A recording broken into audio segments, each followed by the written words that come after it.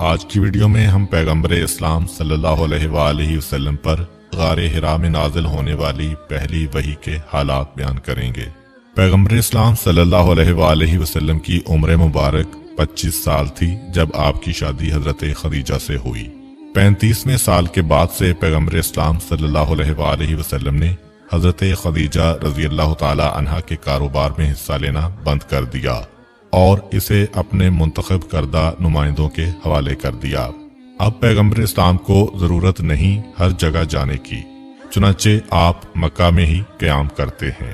36ویں سال سے پیغمبر اسلام کا طریقہ یہ ہو گیا کہ پیغمبر شہر چھوڑ کر اکثر شہر سے باہر نکل جاتے ہیں۔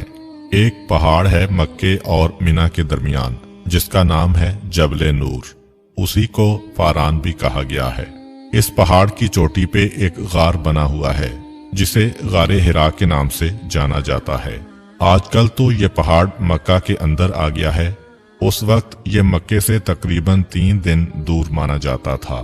جب پیغمبر اسلام وہاں جاتے تو اکثر ہفتے اور 10 دن تک وہاں رہتے تھے۔ چنانچہ جناب خدیجہ اپنے ہاتھ سے جو کا ستو بنا کر پیغمبر اسلام کے سپرد کرتی تھیں۔ پیغمبر اسلام ستو اور پانی کو اپنے ساتھ لے جاتے تھے اور پورا ہفتہ یا 10 دن اس غار کی تنہائی میں اس طرح گزارتے تھے کہ کھانے کے وقت ستو کو پانی میں گول کر پی لیا، یہی پانی بن گیا، یہی کھانا بن گیا۔ پیغمبر اسلام جب جاتے تھے تو پہلے کعبے میں حاضری دیتے تھے، پھر غار حرا جاتے تھے، اور اسی طرح جب واپس آتے تھے تو پہلے غار حرا سے کعبے میں تشریف لاتے اور وہاں طواف کر کے پھر اپنے گھر میں تشریف لاتے تھے۔ گھر آ کر 2-4 دن قیام کیا اور پھر پیغمبر اسلام غار حرا میں تشریف لے جاتے۔ اسی عرصے میں رسالت کا آغاز ہونے کی خبریں پیغمبر اسلام کو ملنے لگیں۔ علماء فرماتے ہیں کہ پیغمبر اسلام نبی تو پہلے سے تھے، جیسا کہ خود نبی کریم صلی اللہ علیہ وآلہ وسلم کا ارشاد ہے، کنتو نبیًا و آدم بین الماء والطین، میں اس وقت بھی نبی تھا جب آدم پانی اور گیلی مٹی کے مرحلے سے گزر رہے تھے، لیکن رسالت یعنی دوسروں تک نبوت کو پہنچانے کا حکم پیغمبر اسلام کو ابھی نہیں آیا تھا، اور ولادت سے لے کر 37ویں سال تک پیغمبر کو کوئی وحی بھی نہیں آئی تھی۔ 37 سال سے وہ زمانہ شروع ہوا جسے علماء اسلام نے زمانہ تحنس کا نام دیا ہے۔ اس زمانے میں پیغمبر اسلام غار حرا میں عبادت کیا کرتے تھے، اور اسی دوران پیغمبر اسلام کو خواب آنے لگے۔ آپ صلی اللہ علیہ وآلہ وسلم کو الہام ہونے لگا اور آپ تک فرشتوں کی آواز آنے لگی، کیونکہ جیسے جیسے 40واں سال قریب آ رہا تھا ویسے ویسے فرشتوں کی آمد و رفت بڑھ گئی تھی، لیکن ابھی حکم پروردگار نہیں تھا، اس لیے فرشتے براہ راست رسول کریم کے سامنے نہیں آتے تھے، صرف پیغمبر اسلام ان کی آواز سنتے تھے۔ فی الحال پیغمبر اسلام کو صرف الہام ہونے لگا تھا، اور رات کو وہ خواب نظر آنے لگے تھے جیسا خواب حضرت ابراہیم علیہ السلام نے دیکھا تھا، یعنی نبی کا خواب جو خود وحی کا ایک حصہ ہوتا ہے اور ہمیشہ سچا ہوتا ہے۔ 3 سال ایسے گزرے۔ تاریخ یہ بتاتی ہے کہ جب 39واں سال ختم ہو رہا تھا اور 40واں سال شروع ہونے والا تھا، تب ایک تبدیلی اور آئی۔ وہ یہ کہ پیغمبر اسلام کی زندگی میں ہمیشہ سے یہ خصوصیت تو تھی کہ اعلان رسالت سے پہلے بھی اپنے بچپن میں بھی پیغمبر اسلام جس پتھر کے قریب جاتے تھے وہ سلام کرتا تھا، جس درخت کے قریب جاتے تھے اس کی شاخیں جھک جایا کرتی تھیں، جس جانور کے قریب سے جاتے تھے وہ احترام کرتا تھا۔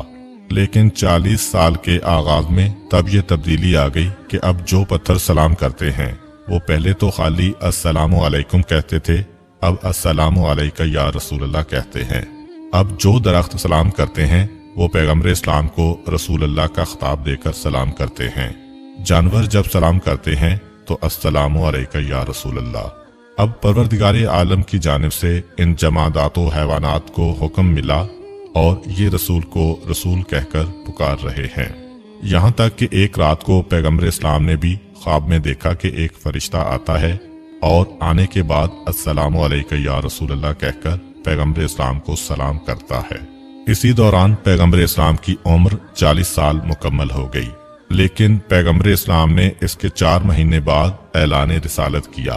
یعنی ربیع الاول کے مہینے میں آپ کی ولادت ہوئی تھی اور 27 رجب کو آپ صلی اللہ علیہ وآلہ وسلم نے اعلان رسالت کیا۔ جب پیغمبر اسلام نے فرشتے کو خواب میں دیکھا، اس کے 1 یا 2 مہینے بعد جب ایک مرتبہ اپنے طریقے کے مطابق پیغمبر اسلام غار حرا کی جانب تشریف لے جا رہے تھے، اس وقت پیغمبر اسلام نے پہاڑیوں پر ایک شخص کو کھڑے دیکھا جو پیغمبر کو مخاطب کر کے کہتا ہے، السلام علیکہ یا رسول اللہ۔ پیغمبر اسلام نے سوال کیا، ومن انتا، تو کون ہے؟ جواب دیا، انا جبرائیل، میں جبرائیل ہوں۔ جبرائیل انسانی شکل میں آئے تھے، اس لیے پیغمبر اسلام یہ سوال کر رہے ہیں۔ یعنی اس دنیا میں تشریف لانے کے بعد سے 40 سال گزر گئے اور اب جبرائیل پیغمبر اسلام کے سامنے آئے اور السلام علیکہ یا رسول اللہ کہہ کے تشریف لے گئے۔ یہ سارے خواب، یہ الہامات، یہ فرشتوں کی آوازیں، یہ جانوروں، پتھروں اور درختوں کے طریقے میں تبدیلی، یہ خواب میں فرشتے کا آ کے سلام کرنا، یہ جبرائیل کا آ کے رسول کہنا، یہ سب چیزیں پیغمبر اسلام کو بتا رہی ہیں کہ اب وہ وقت بالکل قریب آ رہا ہے کہ جب مجھ پر یہ ذمہ داری عائد ہونے والی ہے کہ میں اپنی نبوت کو عوام تک پہنچاؤں، یعنی اپنی رسالت کا اعلان کروں۔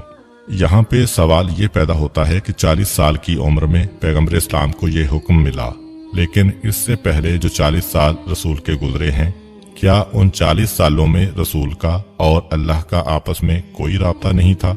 کیونکہ کہا تو یہی جاتا ہے کہ سب سے پہلے وحی جو آئی وہ 40ویں سال آئی، تو اللہ اور رسول کے درمیان ان 40 سالوں میں رابطے کا ذریعہ کیا تھا؟ خود وحی کے معنی عربی زبان میں ہے اشارہ کرنا، کسی کو کسی جانب سے کسی خاص مقصد کے لیے اشارہ کرنا، لیکن شریعت کی اصطلاح میں وحی کا مطلب ہے کہ اللہ کی جانب سے بندوں کی ہدایت کے لیے جو نبی کو اشارہ ہوتا ہے یا پیغام ملتا ہے اسے وحی کہا جاتا ہے۔ البتہ قرآن نے یہ وحی کا لفظ پہلے معنوں میں بھی استعمال کیا ہے اور دوسرے معنوں میں بھی۔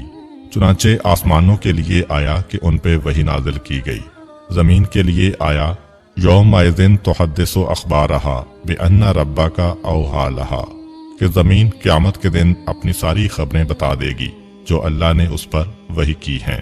تو زمین کے لیے کہا کہ اس پہ وحی آتی ہے، فرشتوں کے لیے کہا کہ وحی آتی ہے، شہد کی مکھی کے بارے میں بھی ہے کہ اس پر وحی آئی، حضرت موسیٰ علیہ السلام کی والدہ پہ وحی آئی۔ تو وحی کا لفظ قرآن میں تمام مخلوقات کے لیے استعمال ہوا ہے کہ انسانوں پر وحی ہوئی، جانوروں پر وحی ہوئی، آسمان پہ وحی ہوئی، زمین پہ وحی ہوئی، ملائکہ پہ وحی ہوئی، شیطان تک کے بارے میں آیا ہے کہ شیطان اپنے اولیاء کو وحی کرتا ہے۔ لیکن اس وقت جس وحی پہ ہماری گفتگو ہو رہی ہے کہ اللہ کی جانب سے اپنے رسول پر بندوں کی ہدایت کے لیے جو وحی نازل ہوتی ہے، یہ 5 طریقوں سے آ سکتی ہے۔ قرآن کریم میں 3 کا اشارہ ہے، لیکن 5 طریقے وہ ہیں جنہیں آسانی کے لیے سمجھا جا سکتا ہے۔ وحی کا پہلا طریقہ ہے نبی کے دل میں کوئی بات آ جانا، جسے عام بندوں کے لیے الہام کہتے ہیں، مگر نبی کے لیے یہ بھی وحی ہے، اور اس کی مثالیں روایات میں موجود ہیں کہ پیغمبر اسلام نے کئی مقام پہ کہا کہ میرے پروردگار نے میرے دل میں یہ بات ڈالی۔ یہ وحی کا وہ طریقہ ہے جس کے لیے جبرائیل علیہ السلام کی ضرورت نہیں ہے۔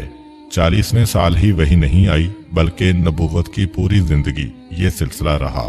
دوسرا طریقہ بڑا مشہور ہے، خواب کے ذریعے سے وحی آنا، جیسا کہ حضرت ابراہیم علیہ السلام کو خواب کے ذریعے سے حکم ملا کہ اسماعیل علیہ السلام کو ذبح کرو۔ اور پیغمبر اسلام کے بارے میں تو بہت ہی مشہور واقعہ ہے کہ مکہ کیسے فتح ہوا۔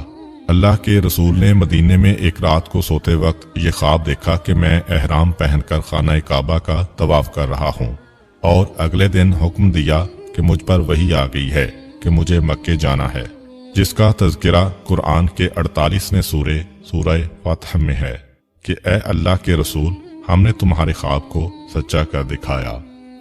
تیسرا طریقہ ہے کہ فرشتے کا اپنی اصلی شکل میں آ کر وحی پہنچانا، وہ چاہے جبرائیل علیہ السلام ہوں یا اسرافیل علیہ السلام، لیکن زیادہ تر حضرت جبرائیل علیہ السلام ہی آئے۔ یہ وہ طریقہ ہے کہ جس کا 40 سال کے بعد آغاز ہوا۔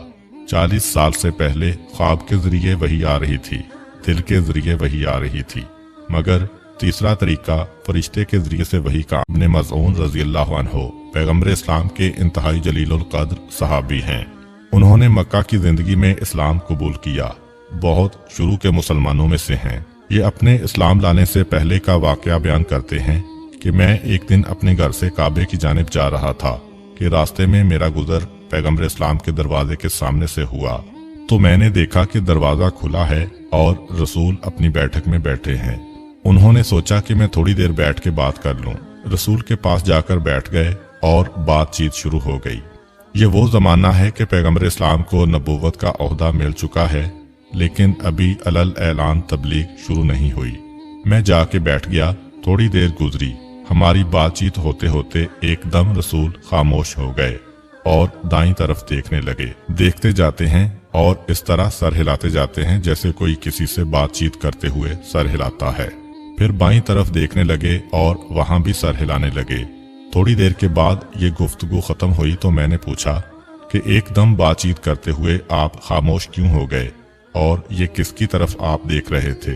कहा कि अभी अभी फरिश्ता वही इलाही लेकर मेरे पास आया था। कुरान की ये आयत अभी मुझ तक पहुंची है। इन्नल्लाह यामुरु बिल अदल वल इहसान वल ईताए ज़िल कुर्बा व यन्हा अनिल फ़हशाए वल मुनकर वल बग़य याइज़ुकुम लअल्लकुम तज़क्करून। ये आयत अभी अभी जिब्राइल ने मुझे पहुंचाई है। उस्मान इब्न मज़ऊन रज़ी अल्लाह अन्हु कहते हैं कि ये कलाम सुन के मैं वहां से चला गया।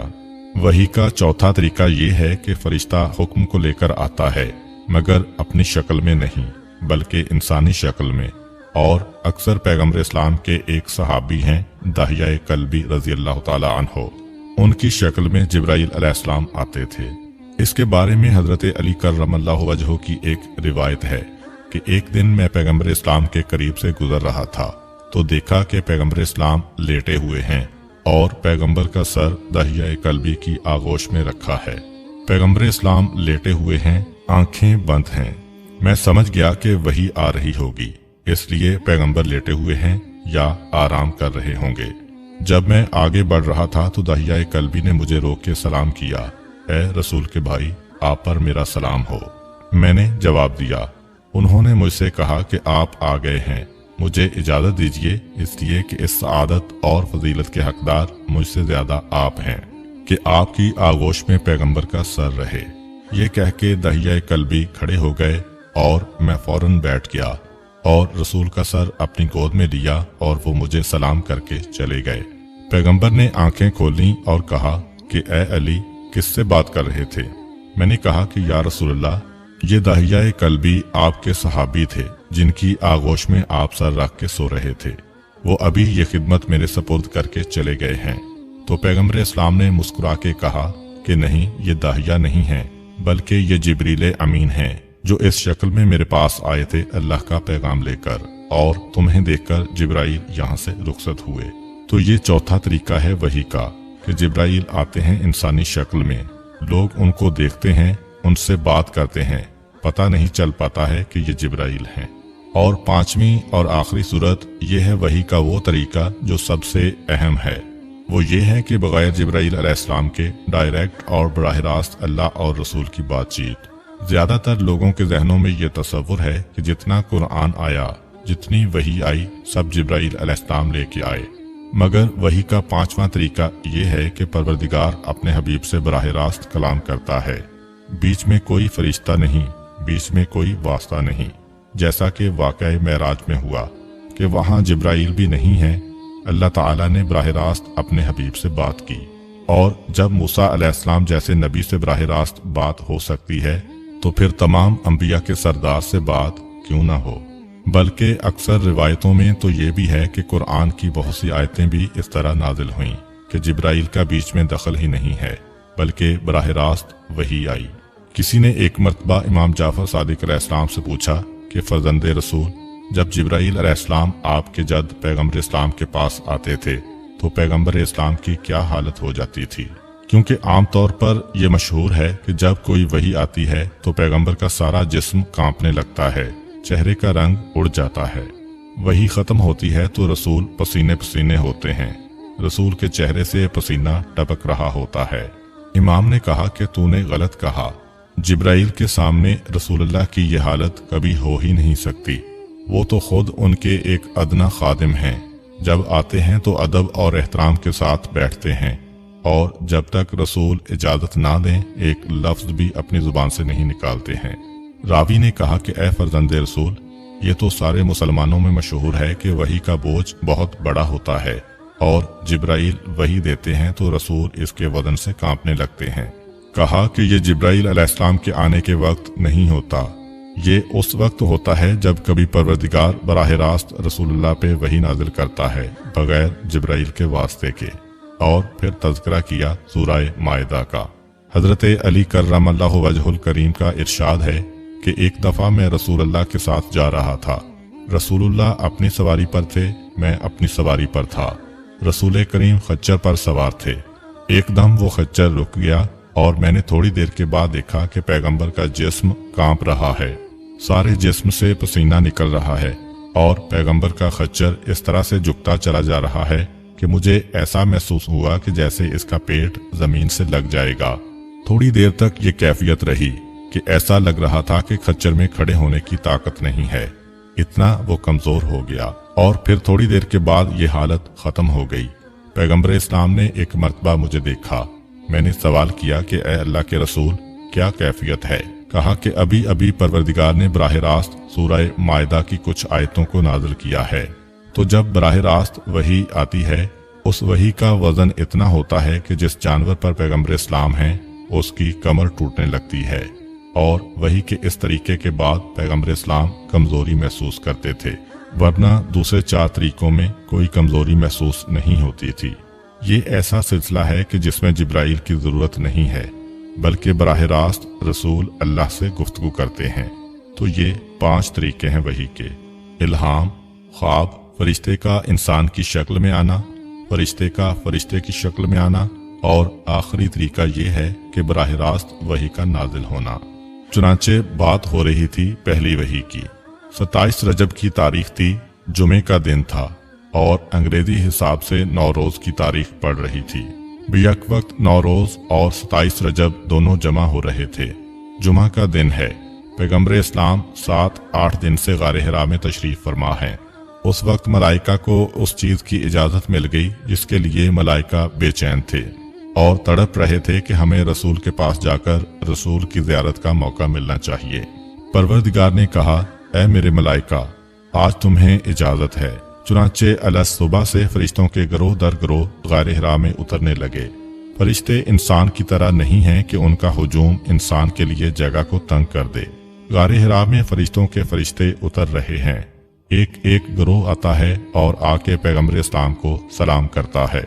यहाँ तक कि जब ये सारे फरिश्ते आ गए तो रिवायत ये है कि इसके बाद जिब्राइल अलैहिस्सलाम 70,000 फरिश्तों को लेकर और मीकाईल अलैहिस्सलाम 70,000 फरिश्तों को लेके एक साथ गारे हिरा में दाखिल हुए।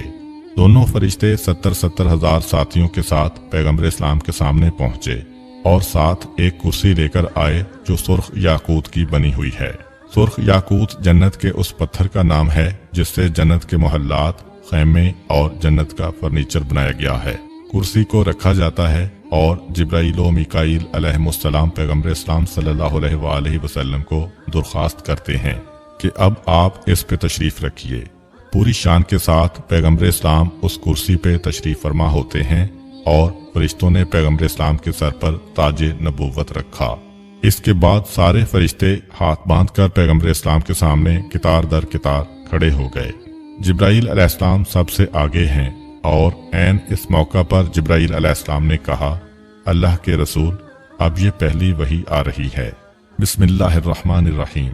इक़रा बिस्मि रब्बिकल्लज़ी खलक, खलकल इंसाना बिल अलक, इक़रा व रब्बुकल अकरम, अल्लज़ी अल्लमा बिल कलम, अल्लमल इंसाना मा लम यअलम।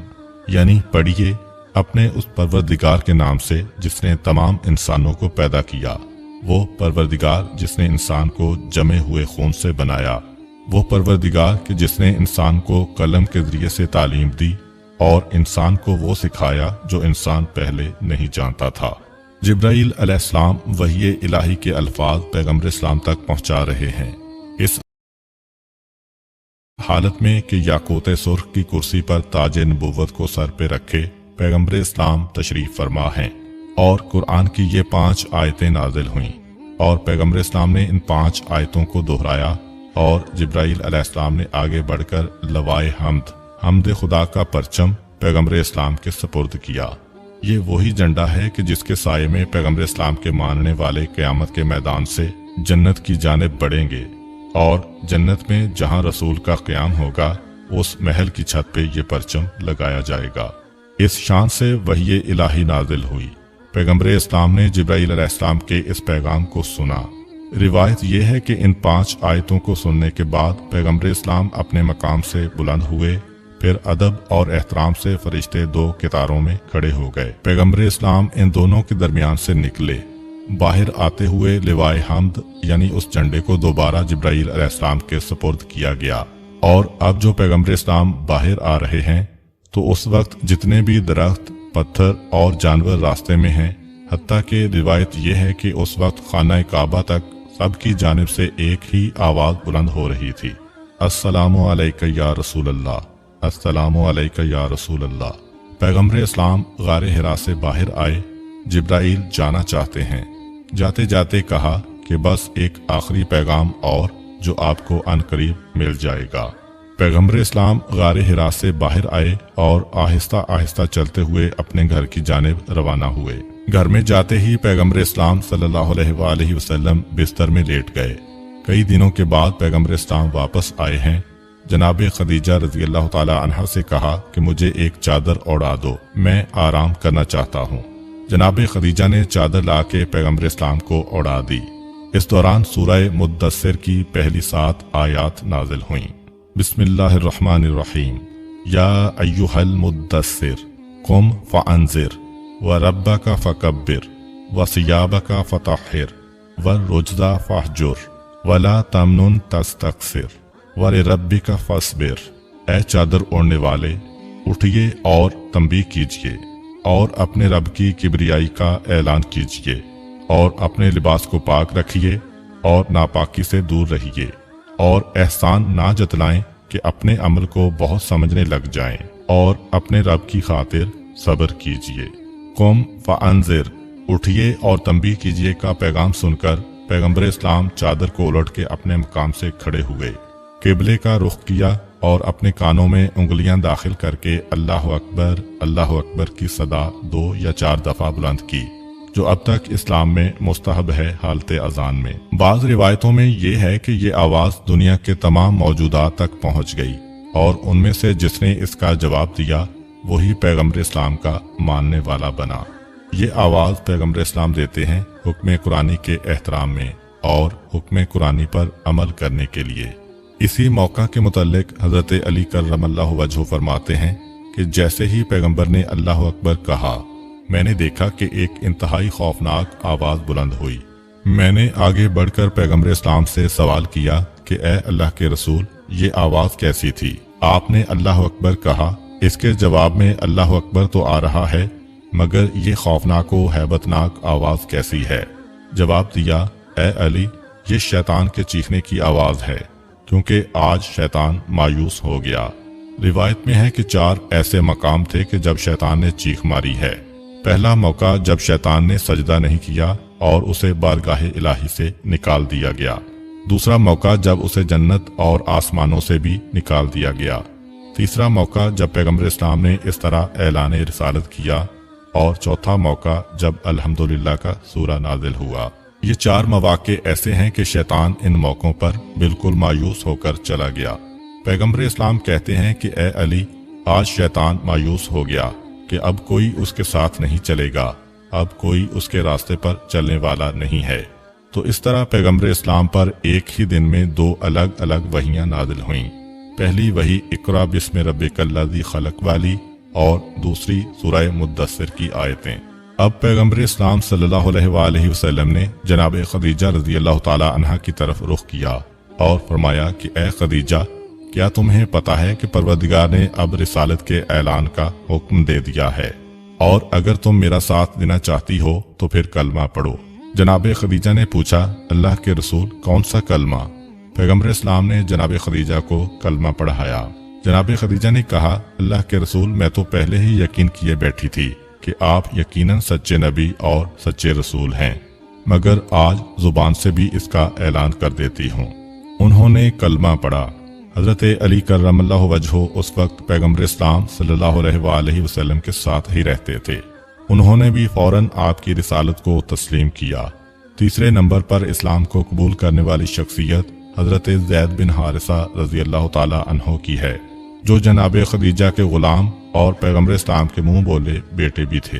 हजरत अबू बकर रजी अल्लाह अन्हो उस वक्त हजरत खदीजा के भतीजे हकीम बिन हिजाम रजी अल्लाह अन्हो के पास बैठे थे, क्योंकि उनके साथ उनकी दोस्ती थी। हकीम बिन हिजाम जनाब खदीजा के वो भतीजे हैं कि जिन्होंने उस वक्त मुसलमानों की मदद की जब मुसलमान शेब अबी तालिब के मुहासरे में आ गए थे। उनको अपनी फूफी जनाब खदीजा से बहुत मोहब्बत थी और हजरत ज़ैद बिन हारिसा पहले उन्हीं के गुलाम थे। उन्होंने ला के अपनी फूफी को दे दिया था। तो वहां उनके घर में बैठे हुए थे कि इतने में हकीम बिन हिजाम की एक कनीज दौड़ी दौड़ी आई और हकीम बिन हिजाम से कहा कि आपने कुछ सुना? आपके फूफा ने एक अजीब दावा किया है और आपकी फूफी ने उसको फौरन कबूल कर लिया है।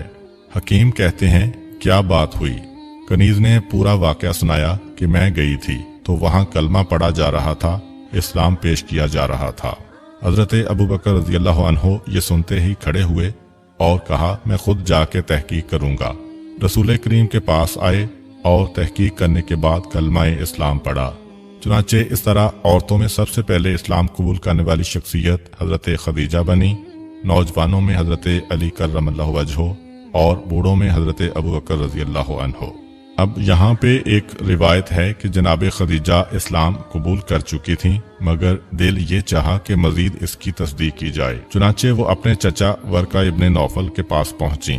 वरका इब्ने नौफल वही शख्सियत हैं जिन्होंने जनाब खदीजा का निकाह करवाया था पैगम्बर इस्लाम सल्लल्लाहु अलैहि वसल्लम के साथ। जाके कहा कि चचा, एक बात तो बताइए, ये जिब्राइल कौन है?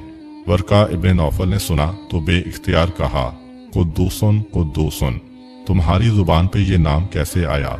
मक्का जैसा शहर कि जहाँ सब बुत परस्त रहते हैं, तुम्हें ये नाम किसने बताया? जनाब खदीजा ने कहा कि मेरे शौहर ने मुझे ये बताया है कि जिब्राइल उनके पास आए और इस अंदाज से आए। वरका इब्ने नौफल कहते हैं कि खुदा की कसम, ये तो वही फरिश्ता है जो मूसा और ईसा अलैहिस्सलाम पे आ चुका है, और तुम्हारे शौहर ने जो जो हालत बताई ये सब वही है जो तौरात और इंजील में लिखी हुई है। तुम्हारा शौहर अल्लाह का सच्चा रसूल है और फौरन उसके ऊपर ईमान ले आओ। जनाब खदीजा के दिल को तसल्ली और इत्मीनान हुआ। चुनाचे जनाब खदीजा वरका इब्ने नौफल के घर से बाहर आईं, वापस अपने घर जा रही हैं कि रास्ते में खुदास राहिब का घर नजर आया। ये भी मक्के का एक राहिब था और ईसाई था, काफी सालों से मक्के में रहता था। सोचा कि उससे भी मिलती चलूं। उसके पास पहुंची और सलाम किया। उसने पूछा, क्या बात है बेटी? पूछती हैं कि जिब्राइल का नाम कभी आपने सुना है? वो खुदास राहिब भी एक मर्तबा घबरा गया। उसने भी कहा, कुद्दूसन कुद्दूसन, मुशरिकों और बुत परस्तों के शहर में ये नाम जिब्राइल तुम्हें कैसे पता चला? कहा कि आप मेरे शौहर को तो जानते हैं, उन्होंने ये दावा किया है कि उनके पास जिब्राइल आए हैं और ये निशानियां बताईं। खुदास कहता है कि मैंने तौरात तो नहीं पढ़ी, मगर खुदा की कसम, इंजील में जो निशानियां हैं ईसा अलैहिस्सलाम पे आने वाले फरिश्ते की, ये सारी वही निशानियां हैं जो तुम बता रही हो। मगर हाँ देखो, कभी ऐसा भी होता है कि बाज़ औकात शैतान अपने आप को फरिश्ता बना के पेश करता है, और चूंकि शैतान काफी अरसा फरिश्तों के साथ रह चुका है तो वो फरिश्तों जैसी बातें भी करता है। ऐसा करो कि मैं एक तावीज लिख के तुम्हें देता हूँ, ये तावीज लेकर अपने शौहर के पास जाओ और ये तावीज उनके जिस्म के करीब रख देना। अगर उनके पास शैतान आया होगा तो इस तावीज की वजह से फिर वो अपनी जुबान से कुछ ना कह सकेंगे, और अगर वो असली फरिश्ता होगा तो फिर मेरा तावीज बेकार हो जाएगा। और बेटी, ये भी सुनो कि मैंने 3 रातों से ख्वाब में देखा है कि जिब्राइल इस मक्के में उतर के आ रहे हैं 3 रातों से, और मेरी समझ में नहीं आ रहा था कि किसके घर में आ रहे हैं, लेकिन अब अगर मेरे तावीज ने असर दिखाया तो पता चल जाएगा। ये तावीज ऐसा है कि जब इसे करीब रखोगी اگر شیطان فرشتے کی شکل بنا کے آیا ہے تو پھر تمہارے شوہر کلام نہیں کر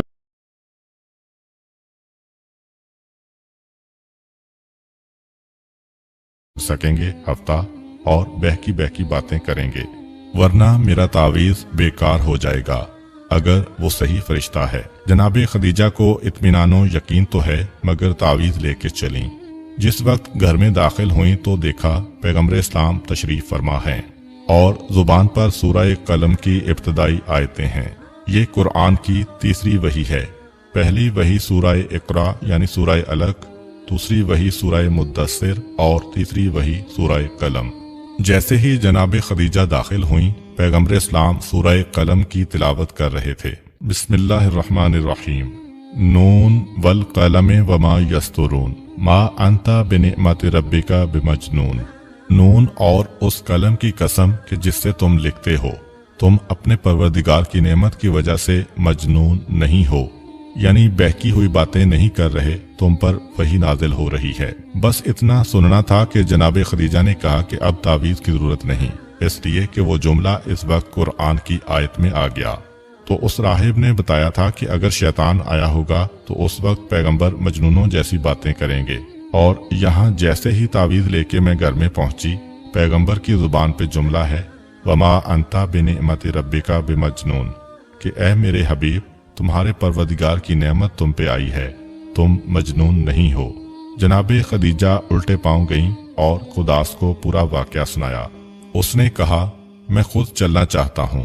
آیا وہ رسول خدا کے پاس، سر سے پیر تک پیغمبر کو پھر غور سے دیکھا اور کہا کہ مجھے مہر نبوت کی زیارت کرنے دیں۔ پیغمبر اسلام نے شانے پر سے ردا ہٹائی، مہر نبوت کی زیارت کرتا ہے اور اسے چوم کر بے اختیار غش کھا کر زمین پر گر پڑتا ہے، اور پھر کہتا ہے کہ اس وقت مہر نبوت کی چمک یہ بتا رہی ہے کہ جبرائیل علیہ السلام آپ کے پاس آ چکے ہیں۔ اور پھر ایک سوال کیا، اتنا اور بتا دیں کہ کیا آپ کو جہاد کا حکم مل چکا ہے؟ پیغمبر نے کہا نہیں، ابھی مجھے جہاد کا حکم نہیں ملا۔ کہا ان قریب آپ کو یہ حکم ملے گا، لیکن اس سے پہلے آپ کی قوم آپ کو مکے سے نکال دے گی اور آپ کو ان سے جہاد کرنا پڑے گا۔ کاش میں اتنے دن زندہ رہ جاؤں کہ آپ کا ساتھ دوں اور آپ کی مدد کروں۔ پیغمبر اسلام نے قداس کو رخصت کیا۔ جناب خدیجہ کے یقین اور ایمان میں اور اضافہ ہو گیا، اور تاریخ بتاتی ہے کہ اس کے بعد اب پیغمبر نے تبلیغ شروع کر دی۔ لیکن یہ تبلیغ کا پہلا دور ہے۔ پیغمبر اسلام کی تبلیغ 2 حصوں میں ہے۔ جب قرآن کے یہ 3 سورے مسلسل آئے، سورہ اقرا یعنی سورہ علق، سورہ مدثر اور سورہ قلم، اس کے بعد اب پیغمبر نے تبلیغ شروع کی۔ لیکن شروع کے 3 سال پیغمبر کو حکم تھا کہ دیکھو علل اعلان تبلیغ نہ کرنا۔ وہ جو واقعہ بیان کیا جاتا ہے کہ پیغمبر اسلام نے جیسے ہی رسالت کے پیغام کو پایا تو فوراً پیغمبر اسلام نے اپنے خاندان والوں کی ایک دعوت کی، جسے دعوت ذوالعشیرہ کہا جاتا ہے۔ نہیں، یہ واقعہ 3 سال بعد کا ہے۔ اسی طریقے سے نصاب کی کتابوں میں جو ایک واقعہ ہم پڑھتے ہیں کہ جب جبرائیل علیہ السلام آئے تو اس کے بعد پیغمبر اسلام پہاڑی پہ چڑھے اور اعلان کیا تھا کہ مکے والو، اگر میں کہوں اس پہاڑی کے پیچھے دشمن ہے تو کیا میری بات کا یقین کرو گے یا نہیں کرو گے؟ اور دیکھو میں ایک سچا پیغام لے کے آیا ہوں۔ مگر وہ واقعہ بھی 3 سال بعد کا ہے، اس لیے کہ غار حرا میں پہلی وحی نازل ہونے کے بعد کم سے کم 3 سال ایسے گزرے کہ پیغمبر اسلام کو حکم تھا کہ آپ تبلیغ پوشیدہ طور پہ کریں، آہستہ آہستہ کریں۔ تو پہلے 3 سال ایسے گزرے کہ پیغمبر اسلام لوگوں کے سامنے عام طور پر اسلام پیش نہیں کر رہے ہیں، بلکہ جسے دیکھتے ہیں کہ یہ مسلمان بن سکتا ہے اسے چپکے سے اسلام کا پیغام پہنچاتے ہیں۔ اور جو آدمی مسلمان بن گئے ان سے یہ کہا جاتا کہ تم اپنے دوستوں اور رشتہ داروں میں دیکھو جو تمہیں نظر آئے کہ حق کی بات کو قبول کر سکتا ہے تو اس تک اسلام کا پیغام پہنچاؤ، اور جب وہ کلمہ پڑھنے پہ راضی ہو تو پھر میرے پاس لے کے آؤ۔ تقریباً 3 سال تک نہ دعوت ذوالعشیرہ ہوئی، نہ خاندان بنو ہاشم میں کوئی اعلان ہوا، نہ ہی پہاڑ پہ چڑھ کے پیغمبر اسلام نے کوئی اعلان کیا، بلکہ آہستہ آہستہ اپنے پیغام کو آگے بڑھایا جا رہا ہے۔ جس طریقے سے کوئی بھی تحریک جب چلتی ہے تو پہلا مرحلہ ہوتا ہے انڈر گراؤنڈ، پہلے فکر کو آگے بڑھاؤ اور پھر معاشرے سے ٹکر لینا۔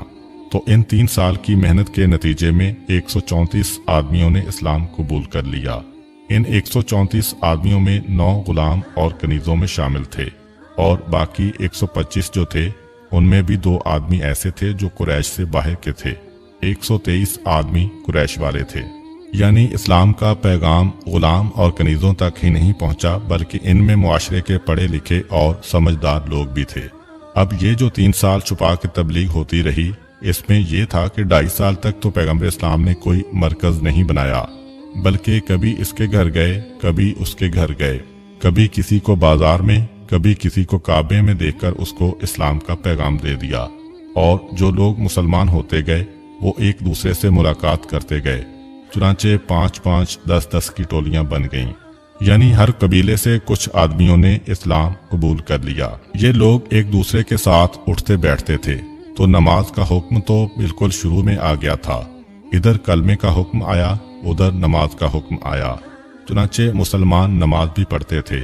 ایک مرتبہ ایسا اتفاق ہوا کہ اس نماز کی وجہ سے کافروں کو پتہ چل گیا کہ ہمارے یہاں ایک نیا مذہب آ گیا ہے، کہ بعض مسلمان ایک پہاڑ کی غار میں جا کر نماز پڑھ رہے تھے، کیونکہ پیغمبر اسلام نے حکم دیا تھا کہ اپنے دین کو چھپاؤ اور اپنی عبادت کو چھپاؤ۔